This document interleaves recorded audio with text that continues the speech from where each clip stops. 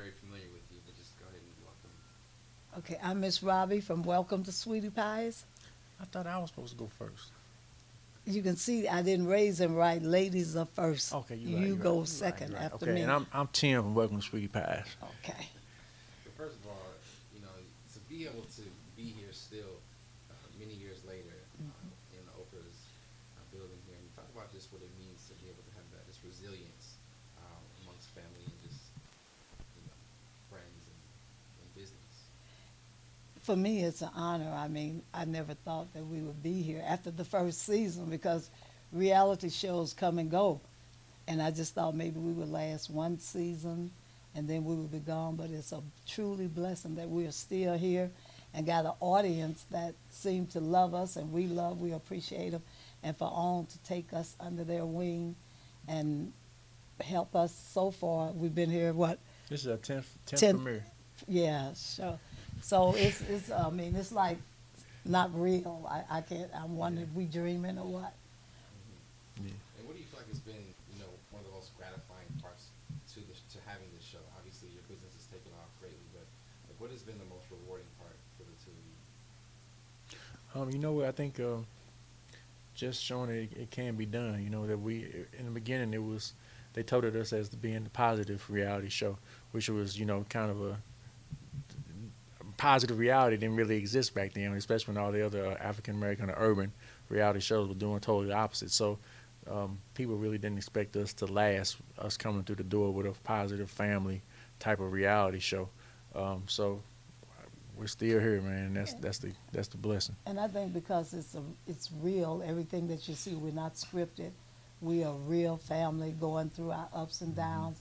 And I'm sure a lot of families have been through the same thing. We got Uncle John that get drunk every day and we embrace him, and we got one that don't want to work, then we embrace him, and me and Tim fight and we still embrace each other because that's what makes a family. Got all kinds. So I think this is what's keeping us going, and even though we have our ups and downs, we still come together when the time is needed. Absolutely.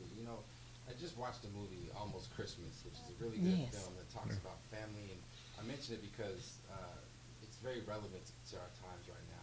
Right. There's an absence of a mother in the film, and I feel like you, Miss Robbie, are just the epitome of what a strong black woman is in a family, and kind of the glue of it. So Right.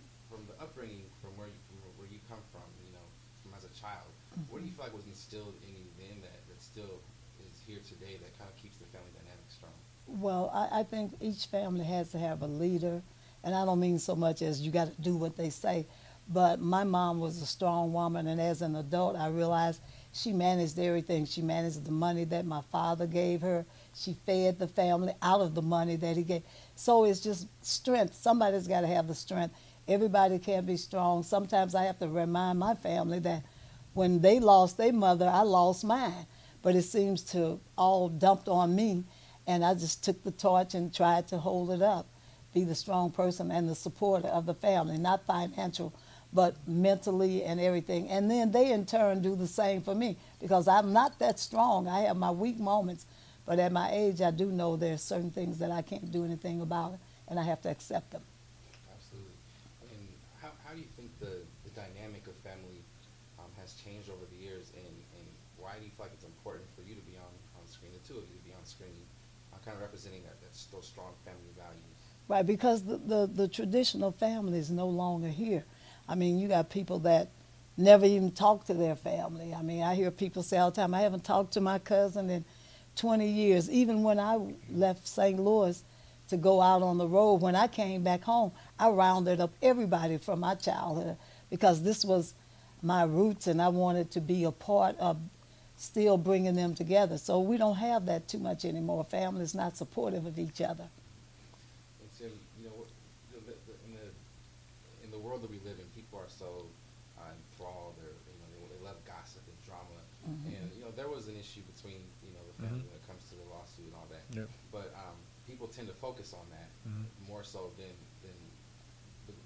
the aftermath, or Right. I should say the ability for you guys to mend whatever took place. So Right. when it comes to the strength that you have to overlook those, what happened, like, what do you feel like you attribute that to when it comes to just not paying attention to the drama, and why do you feel like people should focus more on the positive and less the negative?